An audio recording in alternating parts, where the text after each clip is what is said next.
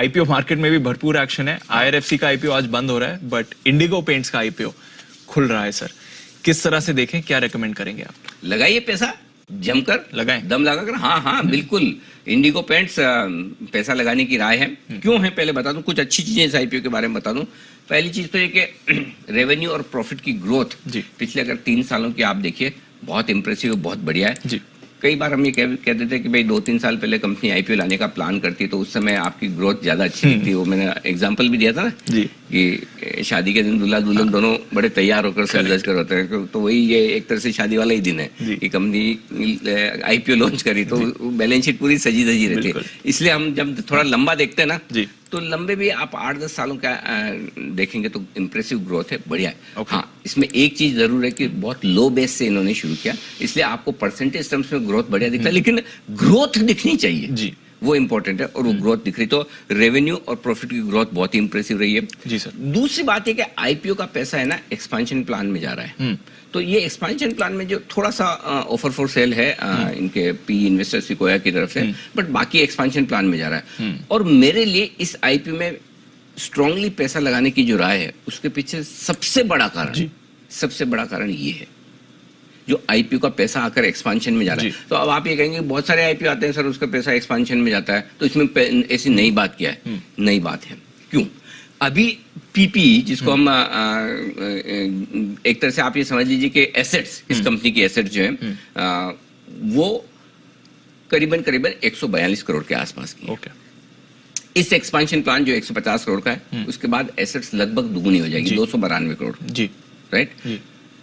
बढ़ी हुई एसेट्स पर अगर आप रेवेन्यू गिने, अभी की रेवेन्यू पर जो लगभग 5 गुना के आसपास आ रहा है, 5-5.5 गुना का रेवेन्यू आपका इस पर आया, तो आपका सीधा रेवेन्यू डबल हो रहा है जी।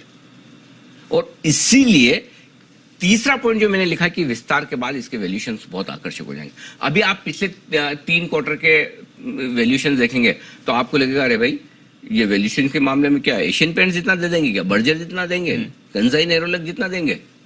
लेकिन आपको उस हिसाब से नहीं देखना है, आपको देखना है एक्सपेंशन प्लान के बाद क्या वैल्यूएशन। और एक्सपेंशन प्लान के बाद मुझे लगता है ये 27-28 रुपए के आसपास की ईपीएस करना चाहिए। और उस लिहाज से अपने पेयर्स के मुकाबले में करीबन 35-40% सस्ता है अभी। हाँ, 35-40%। तो मेरे हिसाब से लिस्टिंग पर 35-40% की गुंजाइश है। हाँ। तो सर ये जो बाजार का एक कंसर्न है कि थोड़ी एक्सपेंसिव वैल्यूएशन है, एक्चुअली वैसा नहीं। प्रॉब्लम क्या है दीप? हाँ। इसमें प्रॉब्लम है ना, मैं चाहता हूँ इसमें सेबी भी ध्यान दे। क्या है, एक जमाना था जब है ना आईपीओ आते थे कंपनी के, तो आईपीओ में होता ये था कि तब कंपनियां प्रोजेक्शन देती थी अगले 3 साल 5 साल का कि हम ये करेंगे वो करेंगे, और पता चला वो देखकर इन्वेस्टर्स पैसा लगा रहे हैं, होता कुछ नहीं था, बाद में कंपनियां गायब डूब गई है। ये नहीं, मतलब ये बोला ना कि हमने ये सोचा था ये हो गया। आपके पास बहाने तो बहुत हैं कि कोविड आ गया था, कि कभी ये हो गया था, कभी इकोनॉमिक स्लो डाउन आ गया, तो उसमें इन्वेस्टर्स लालच में फंस जाते थे कि इतनी बढ़िया परफॉर्मेंस, तो सेबी ने वो बंद कर दिया, विच वॉज गुड। लेकिन अभी इशू क्या है, अभी होता है कि अभी कंपनियां ना अपने प्रोजेक्शन नहीं दे सकते। लेकिन ये प्रोजेक्शन किसको नहीं दे सकती? आरएचपी में नहीं आता, आरएचपी में नहीं आएगा।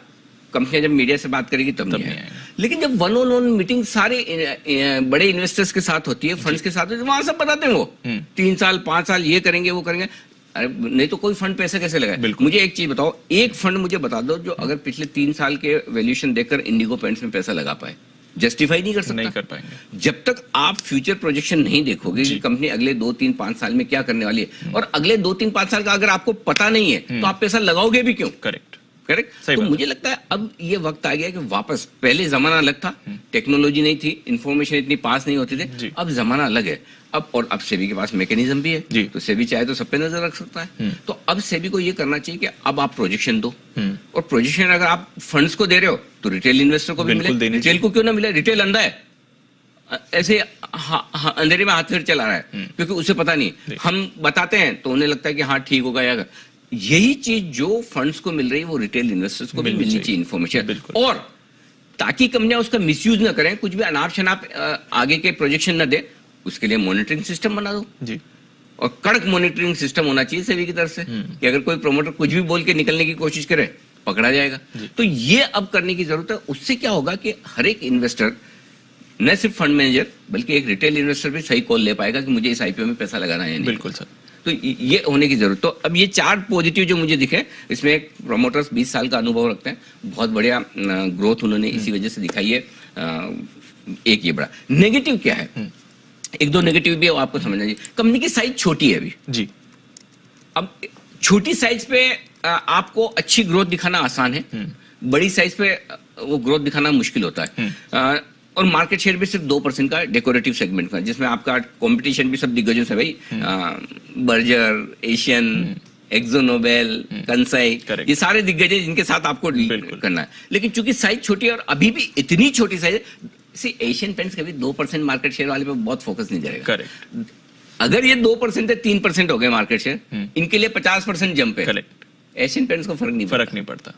इसलिए छोटे होने के बावजूद इनके लिए ग्रो करने की जगह है जी, इसलिए ये मुझे पसंद है। और दूसरा है कि हिस्टोरिकल वैल्यूएशन देखेंगे आप, पुराने डेटा तो आप पैसा लगा ही नहीं पाएंगे, आपको लगा अरे भाई इतना महंगा। तो मैं ये कहूंगा कि जो इनका पूरा का पूरा एसेट बेस डबल होने जा रहा है, जो एक्सपेंशन प्लान होने जा रहा है। अच्छा, इसके बाद डेट फ्री भी हो जाएगी कंपनी जी, ये आईपीओ के बाद। तो आपके डेट फ्री हो गए, एसेट्स डबल हो गई, आपके रेवेन्यूज डबल हो जाएंगे, प्रॉफिट शानदार होगा, मुझे अच्छा लगता है। तो आप अच्छे लिस्टिंग गेन के लिए जरूर लगाएं,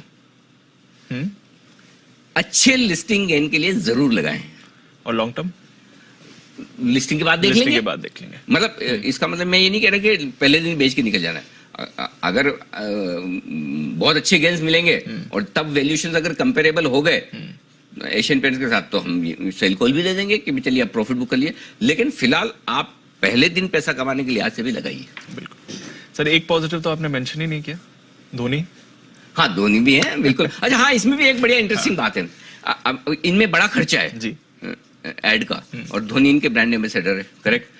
अब ये आईपीओ लाने के बाद उन्हें रखेंगे नहीं रखेंगे मुझे नहीं पता, हाँ। चलो मान लिए रखेंगे, लेकिन एक तो ये कि अभी जो सेल्स है, अभी जो प्रॉफिट है, उस पे धोनी को उतने ही पैसे दें। अच्छा, धोनी की कॉन्ट्रैक्ट तो मेरे ख्याल से सेल्स और प्रॉफिट पे नहीं होगी, उनकी तो फिक्स होगी। तो सेल्स आपके डबल हो जाए, पैसे उतने ही लगे ऐड के, हाँ, तो वो भी फायदा है, आपके खर्चे बच रहे हैं, करेक्ट। तो वो मार्जिन्स आपके सुधर रहे हैं, मार्जिन्स बेहतर हो सकते हैं। तो मार्जिन्स इंप्रूवमेंट का स्कोप है, रेवेन्यू और प्रॉफिट इंप्रूव होने का स्कोप है, मुझे बढ़िया लगती है। तो फ्यूचर प्रोस्पेक्ट्स पे देखें तो बढ़िया कंपनी है। बिल्कुल। तो ये है पूरा आईपीओ मार्केट की स्ट्रैटेजी, पैसे लगाएं अच्छी लिस्टिंग गेन्स के लिए। इंडिगो पेंट्स जिसका आईपीओ आज खुल रहा है।